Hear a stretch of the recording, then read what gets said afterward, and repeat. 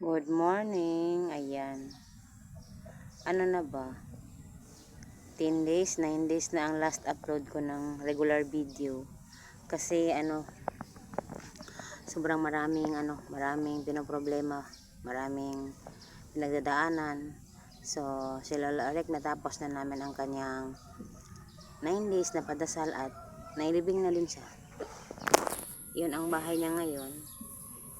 Yan ang bahay ni Lola Rick. Ano na siya? Open. Hindi na siya yung sarado. Tinanggal yung harapan.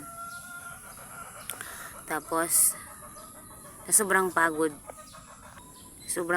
din, sobrang pagod talaga nung kasagsagan ng ng wake ni Lolo Rick. Sobrang pagod kasi wala masyadong tumutulong sa amin na mga kamag-anak ni Lolo Rick. Kami lang talaga, kapitbahay ko, sila Pinky at Ate Joan, mga kapitbahay ko. Mabuti na lang na nito kapatid ko pumunta.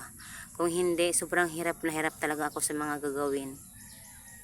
Kasi alam mo, yung hirap na din sa budget. Kasi sobrang walang pera talaga.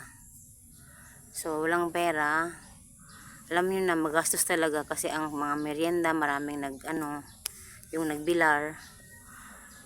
So, ngayon lang ako nagbablog kasi hindi pa talaga ako ready. May mga videos ako ni Lolo Rick. Binura ko lahat sa cellphone ko. Binura ko lahat kasi parang gusto ko nang mag-move on. Kasi may talaga ba, may kirot. Yung paghatid sa kayang huling hantungan, hindi ako nakihatid kasi hindi ko kakaya. So, ang nag-hatid si Dodong lang at si Chris, tapos yung mga tao na dito.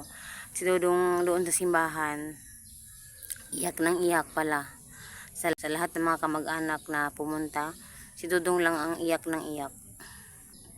Siya lang talaga ang umiiyak daw doon. Umiiyak talaga yung anak ko dahil siguro kasi siya ang nag-alaga ba sa mga huling araw ni Lolo Rick. Nagpapakain, nagpasensya, so ganun. So, ang dami namin pinagdaanan, may mga awayan pa kasi nang-away talaga ako ba kasi sobrang hirap na nung buhay pa si Lolo Rick. Mas nahirapan kami nung wala na siya kasi yung pera ba, basta hindi ko na ma-detail pero sobrang hirap. At yung natapos na, yung katapusan na, nahirapan pa rin ako. Medyo may mga struggle pa rin ako sa mga finances na kailangan bayaran. May mga hindi pa nga ako nabayaran, mga tao na tumulong. Kaya medyo may tampo ako talaga. Inaamin ko, may tampo ako sa mga kamag-anak niya. At during ng problema kay Lolo, during ng yung lamay ni Lolo Rick, may problema din ako sa pamilya ko, sa tatay ko.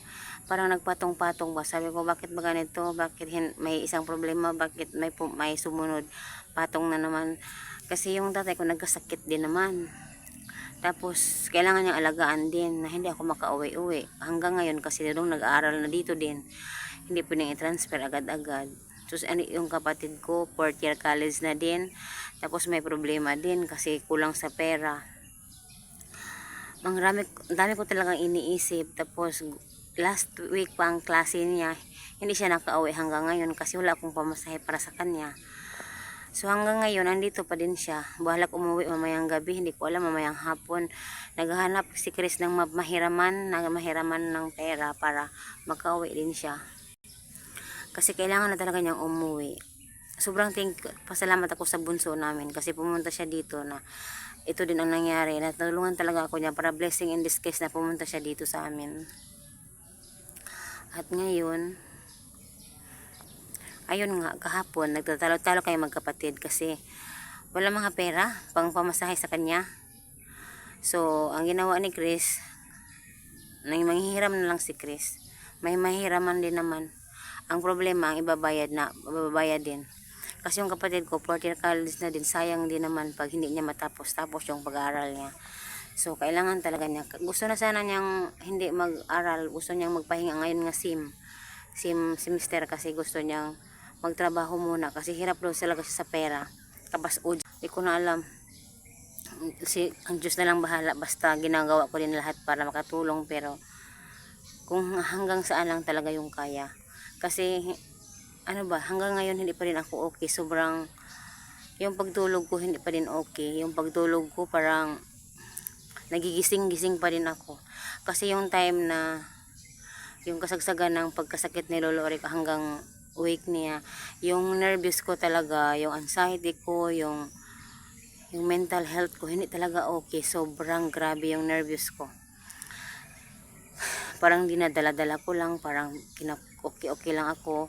Pero sa deep inside sa sarili ko, minsan talaga hindi ako okay. Yung ganun ba? Yung hindi ka okay, pero pinapakita mo lang sa lahat na okay ako. Kahit sa totoo lang talaga, hindi.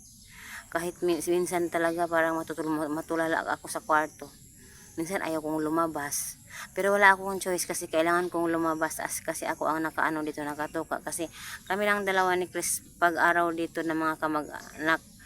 Walang iba ba yung mag ano sa mga pumupunta. Kailangan talaga kamag-anak. So ayun. Basta.